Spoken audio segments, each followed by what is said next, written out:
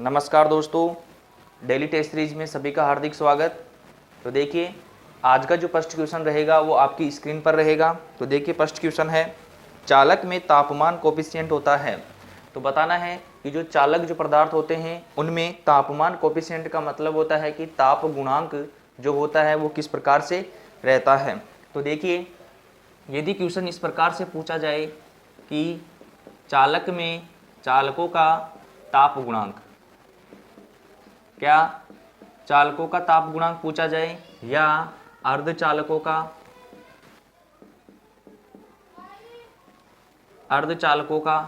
ताप गुणांक, या क्वेश्चन में पूछा जाए कुचालकों का, यानी कुचालक पदार्थों का ताप गुणांक। ध्यान रखें ऐसे ही क्वेश्चन एग्जाम में पूछे जाते हैं। तो यहाँ पे पूछा गया है चालक का ताप गुणांक। तो चालकों का जो ताप गुणांक होता है वो क्या होता है? धनात्मक। क्या होता है? धनात्मक। धनात्मक क्यों होता है? क्योंकि जब चालकों में जब टेम्परेचर का मान बढ़ाया जाता है तो प्रतिरोध का मान भी क्या होता है? साथ में ही क्या होता है? बढ़ता है। तो इसीलिए टेम्परेचर बढ़ाने पर प्रतिरोध का मान बढ़े तो वो कौन सा होगा? धनात्मक ताप गुणांक, जो क्या होगा? चालकों का। और यहाँ से देखिए अर्धचालकों में पूछा जाए तो अर्धचालकों का ध्यान रखिए क्या होता है? ऋणात्मक। क्या होता है? ऋणात्मक। अब ऋणात्मक में देखिए क्या होता है कि जब टेम्परेचर का मान बढ़ाया जाता है तो इसमें क्या हो जाता है? प्रतिरोध का मान घट जाता है, इसीलिए इसका क्या रहता है? ऋणात्मक। यहाँ से देखिए कुचालकों के लिए पूछा जाए तो भी क्या होगा? ऋणात्मक। क्या होगा? ऋणात्मक। तो ध्यान रखिए यहाँ पर क्या होता है? टेम्परेचर का मान बढ़ने पर थोड़ा सा रेजिस्टेंस क्या हो जाता है? माना जाता है कम हो जाता है। तो देखिए कुचालक पदार्थों का तापमान ऋणात्मक और अर्धचालकों का क्या होता है? ऋणात्मक। और देखिए यहाँ से चालक का ताप गुणांक पूछा जाए तो क्या होगा? धनात्मक। चालक में कौन कौन से आएंगे? सभी धातु क्या होंगे? चालक होंगे। अर्धचालकों में देखिए सिलिकॉन हुआ, जर्मेनियम हुआ, कार्बन हुआ आदि इलेक्ट्रॉनिक्स में जो काम में लेते हैं वह अर्धचालक जो पदार्थ होते हैं उनका ताप गुणांक क्या होता है? ऋणात्मक। यहाँ से कुचालक देखिए, कुचालक पदार्थों का जैसे प्लास्टिक या जैसे कौन सा होता है? जैसे प्लास्टिक हुआ, रबर हुआ आदि। तो यहाँ से देखिए नोट लगाइए। और यहाँ से यदि ऐसे पूछा जाए मैग्नीन और यूरेका, यदि यूरेका और मैग्नीन का ताप गुणांक पूछा जाए, यदि मैग्नीन और यूरेका का ताप गुणांक पूछा जाए तो ध्यान रखिए इसका क्या होता है? ZTC, यानी शून्य ताप गुणांक। शून्य ताप गुणांक, ध्यान रखिए क्या रहेगा? शून्य ताप गुणांक। तो देखिए ऑप्शन क्या है? तो ऑप्शन में देखिए धनात्मक, ऋणात्मक दोनों। तो प्रश्न का जो राइट आंसर होगा वो क्या होगा? धनात्मक। यानी इसका जो राइट आंसर होगा वो क्या होगा? ए।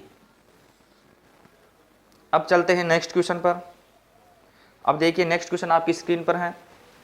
जब समांतर n प्रतिरोध लगे हुए हैं तो कोई एक प्रतिरोध का मान शून्य करने पर तुल्य प्रतिरोध का मान क्या होगा? तो ये बताना है।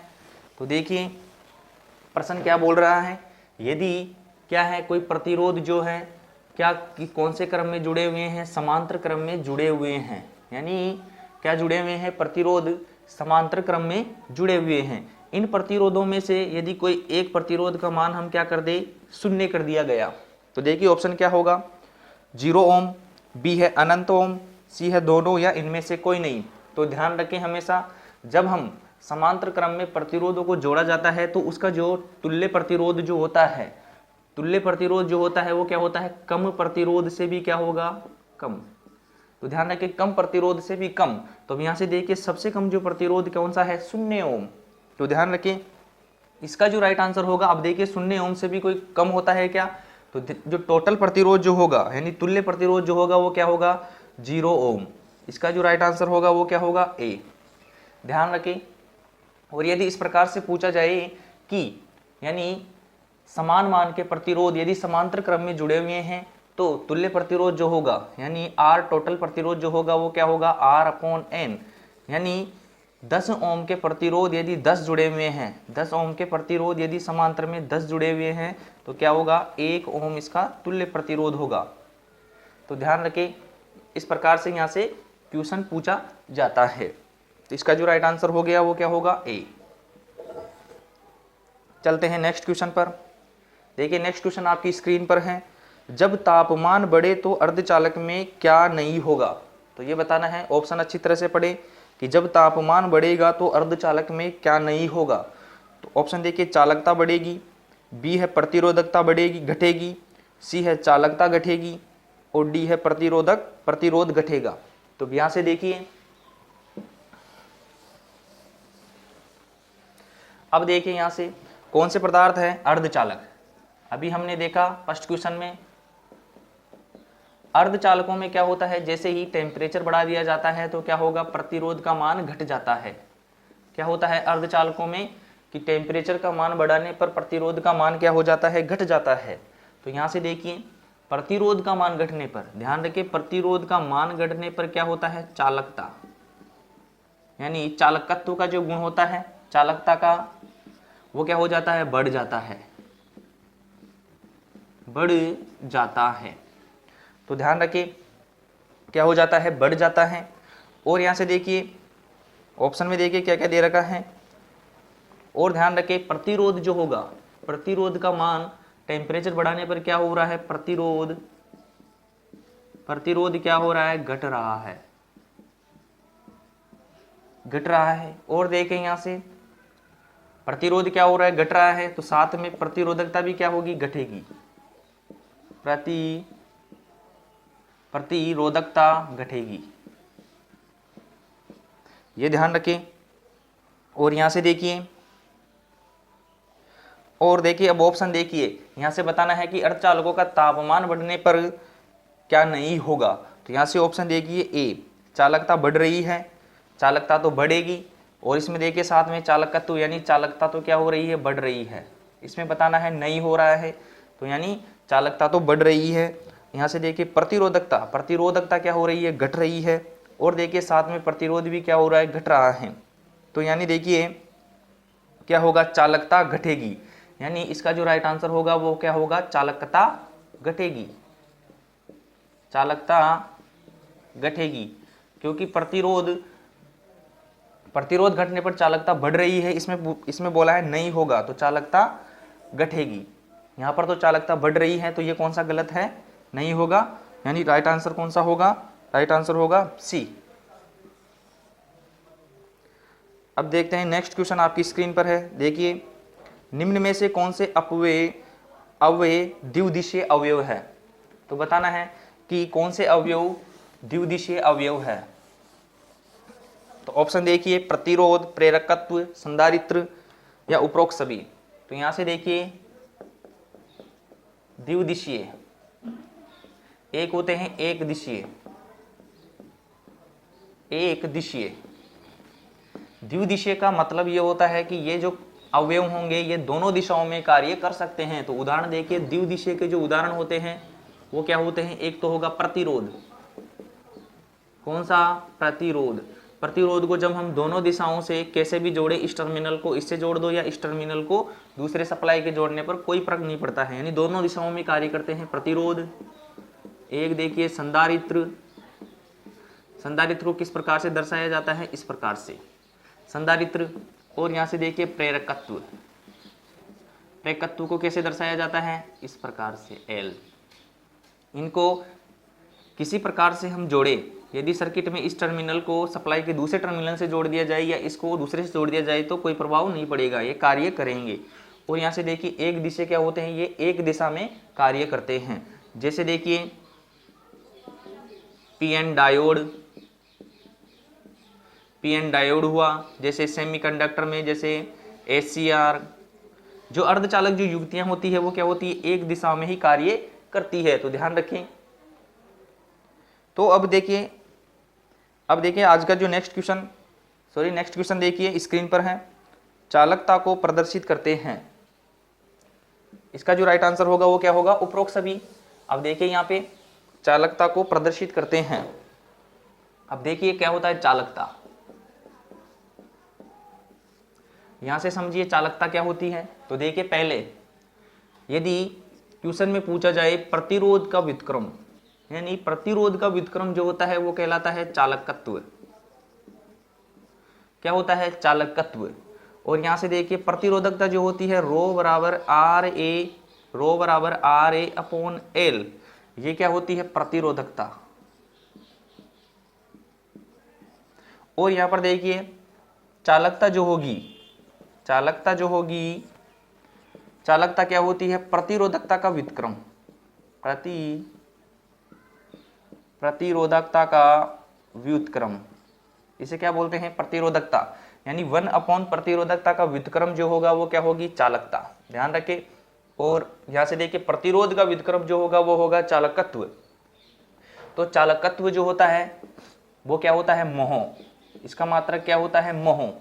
और देखिए प्रतिरोधकता का जो मात्रक होगा वो किस प्रकार से होगा? यहाँ से देखिए प्रतिरोध का मात्रक ओम और क्षेत्रफल का क्या होता है? Meter square upon meter. तो यहाँ से देखिए एक घात से एक घात कैंसिल हो जाएगी। तो यहाँ से देखिए इसको कैसे लिखा जा सकता है? Ohm into meter. यानी ऑप्शन में यदि इस प्रकार से भी दिया हुआ है तो राइट आंसर होगा। और इसको देखिए ओम को ऊपर ले जाने पर क्या हो जाएगा? मोह, और नीचे क्या रहेगा? मीटर। तो इस प्रकार से हम इसे लिख सकते हैं। तो ऑप्शन देखिए, ऑप्शन में किस प्रकार से दे रखा है? तो देखिए चालकता को प्रदर्शित करते हैं। ऑप्शन देखिए मोह प्रति मीटर, मोह या ओम बटा ओम अपॉन मीटर, या ऑप्शन डी ओम।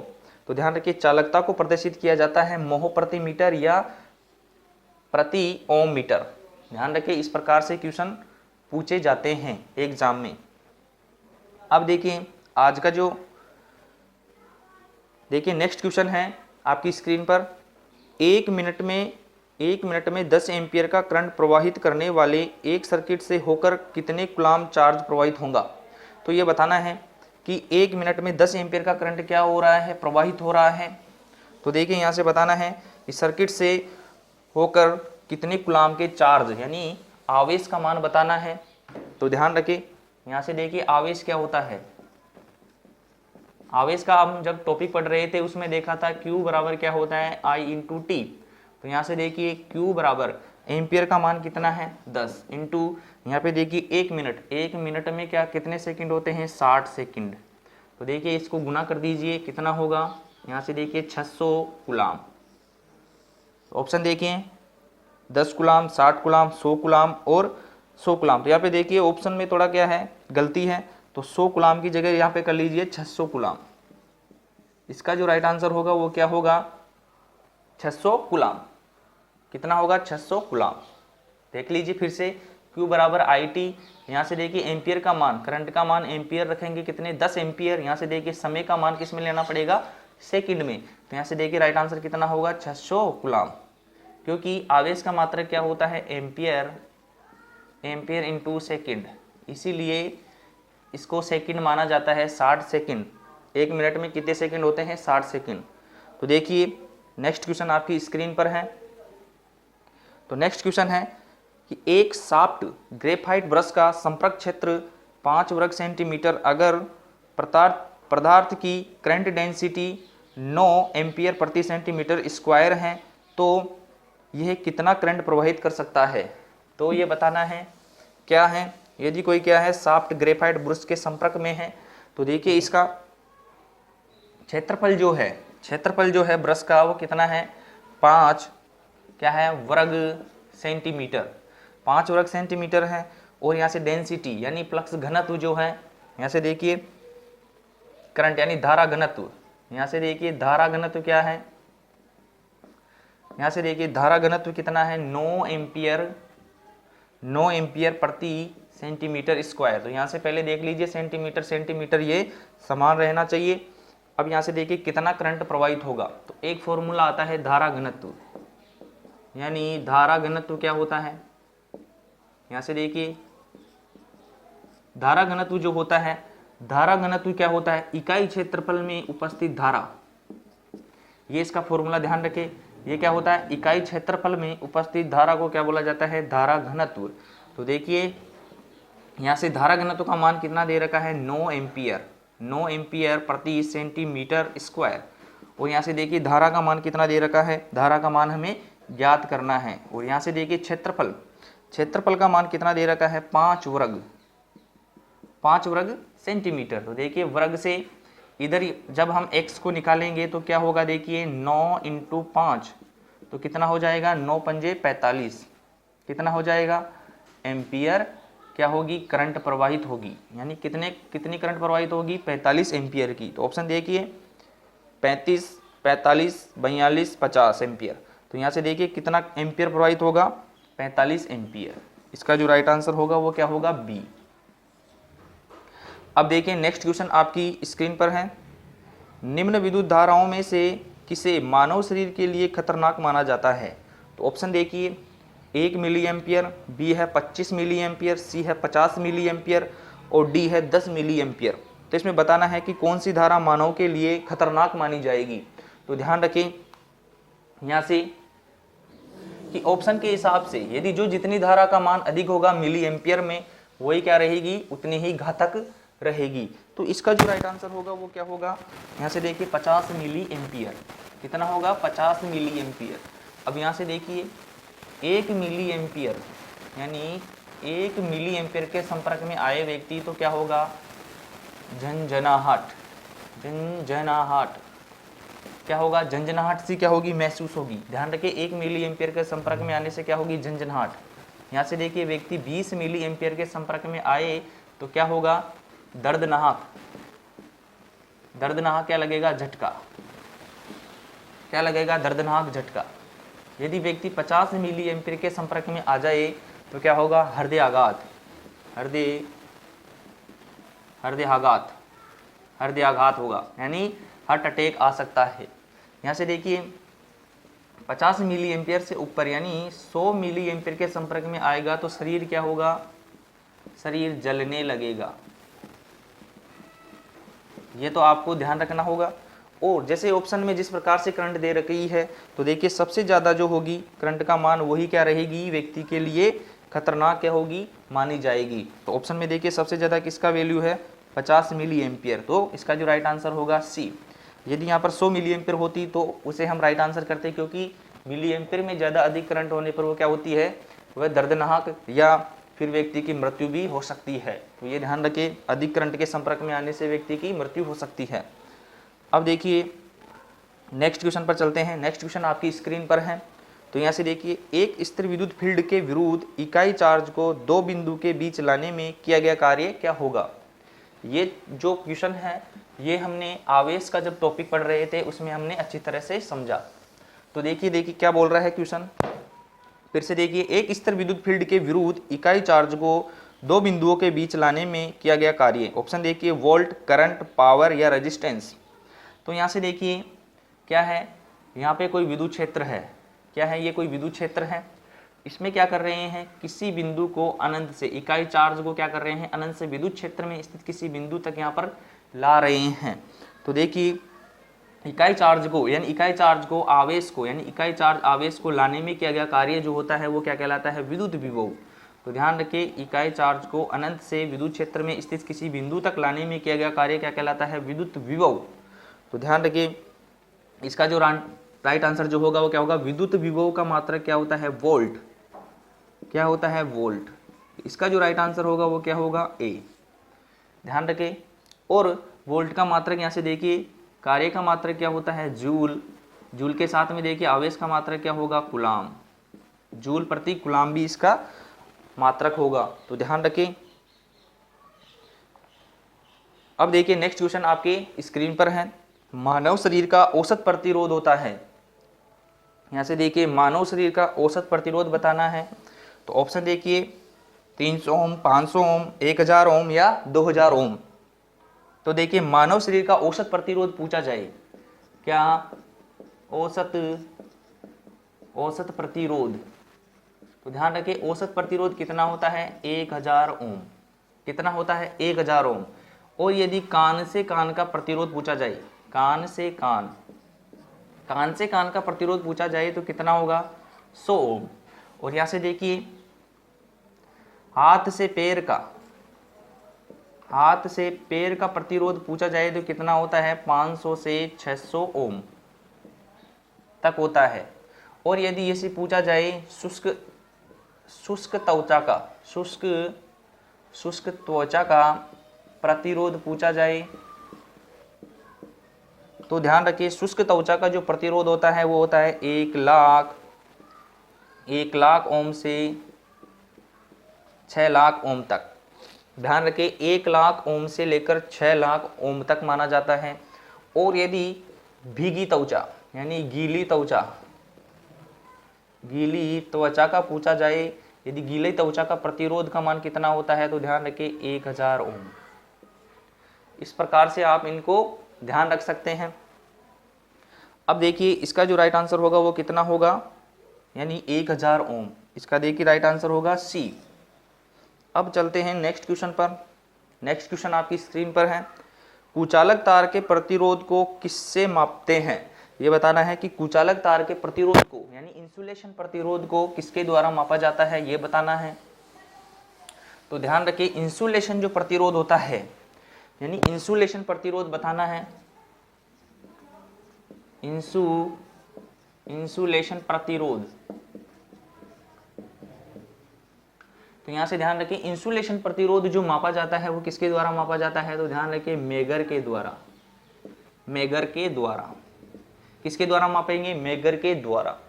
तो यहां से ध्यान रखिए इंसुलेशन प्रतिरोध का मान जो होता है लगभग कितना होता है, 1 लाख ओम से अधिक, यानी 1 लाख ओम से अधिक माना जाता है। तो 1 लाख ओम से अधिक जो प्रतिरोध होता है वो कौन सा होता है? इंसुलेशन प्रतिरोध। और इंसुलेशन प्रतिरोध किसके द्वारा मापा जाता है, तो ध्यान रखिए मेगर के द्वारा।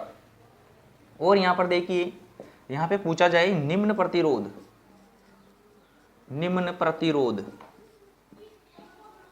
तो ध्यान रखिए निम्न प्रतिरोध किसके द्वारा मापा जाता है। तो पहले देखिए निम्न प्रतिरोध जो होगा उसकी रेंज कितनी होती है, 1 ओम या 1 ओम से कम। यदि 1 ओम या 1 ओम से कम को हम क्या मानते हैं, निम्न प्रतिरोध। तो ध्यान रखिए निम्न प्रतिरोध जो होगा वो किसके द्वारा मापा जाता है, तो ध्यान रखिए क्वेश्चन पूछा जाए तो देखिए केल्विन ब्रिज द्वारा निम्न प्रतिरोध देखिए एक होता है एम मीटर का। उदाहरण देखिए एम मीटर का क्या रहता है, निम्न प्रतिरोध। और यहां से देखिए एक रहता है आर्मेचर का प्रतिरोध क्या रहना चाहिए, निम्न रहना चाहिए। और एमीटर का प्रतिरोध क्या रहना चाहिए, निम्न रहना चाहिए। तो एग्जाम में पूछा जाए कि 1 ओम या 1 ओम से कम के प्रतिरोध को रेंज को निम्न प्रतिरोध कहा जाता है। और इसे किसके द्वारा मापा जाता है, तो मापा जाता है किसके द्वारा, केल्विन ब्रिज के द्वारा। इसके उदाहरण देखिए एमीटर का प्रतिरोध और आर्मेचर का प्रतिरोध जो होगा वो निम्न प्रतिरोध की श्रेणी में होगा। और यहाँ से देखिए मध्यम प्रतिरोध, तो यहाँ से देखिए 1 ओम से मध्यम प्रतिरोध देखिए मध्यम प्रतिरोध जो होगा वो देखिए 1 ओम से 1 लाख यानी 1 लाख ओम तक, यानी 1 ओम से 1 लाख ओम तक के रेंज को हम बोलते हैं मध्यम प्रतिरोध। तो मध्यम प्रतिरोध में देखिए कौन सा होगा, विद्युत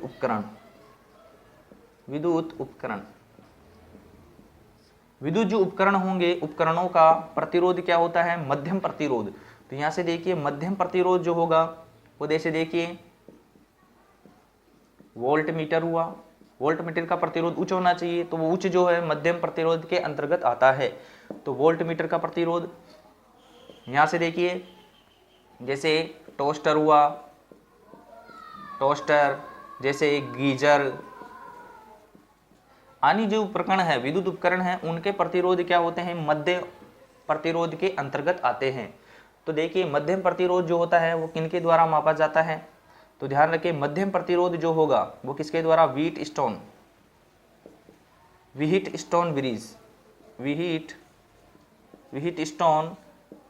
ब्रिज द्वारा मापा जाता है। ध्यान रखिए किनके द्वारा मापा जाता है, व्हीटस्टोन ब्रिज के द्वारा और ओम मीटर के द्वारा। कौन सा, ओम मीटर के द्वारा। ध्यान रखें उच्च प्रतिरोध जो है वो किसके द्वारा मापे जा रहे हैं, जो उच्च प्रतिरोध है, मध्यम के बाद में उच्च प्रतिरोध किसके द्वारा, मेगर के द्वारा। तो ध्यान रखिए, इतनी बातें आप यहाँ से ध्यान रख सकते हैं। अब चलते हैं, आज का जो अंतिम क्वेश्चन रहेगा वो आपकी स्क्रीन पर है। देखिए, दो विद्युत लैंप जिनकी शक्ति अलग अलग यानी 40 वाट के क्या है, दो लैंप हैं और समांतर क्रम में जोड़ा गया, दोनों लैंपों की कुल शक्ति होगी। तो ऑप्शन देखिए 40 वाट, 100 वाट, 80 वाट, ये डी है 20 वाट। तो देखिए यहाँ पर क्या किया गया है कि 40 वाट के क्या है, 40 वाट के क्या है, दो लैंप जुड़े हुए हैं। तो यहां से देखिए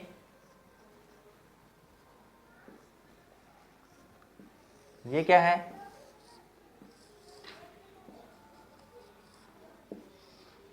यहां से देखिए 40 वाट के क्या जुड़े हुए हैं, दो लैंप।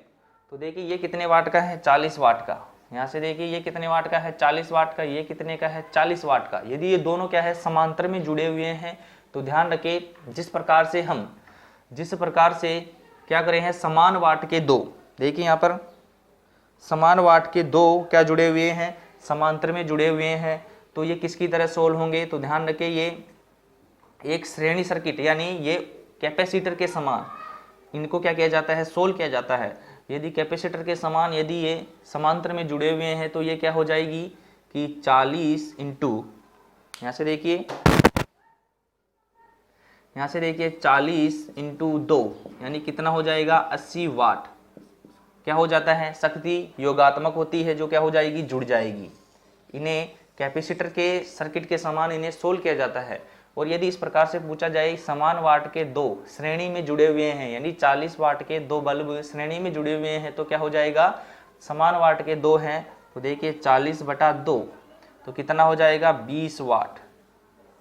इस प्रकार से इन्हें कैपेसिटर सर्किट की तरह इन्हें सोल्व किया जाता है। तो यदि आपको वीडियो पसंद आया है तो वीडियो को लाइक करें और चैनल पर यदि आप नए हैं तो चैनल को सब्सक्राइब कर लें। धन्यवाद। जय हिंद, जय भारत।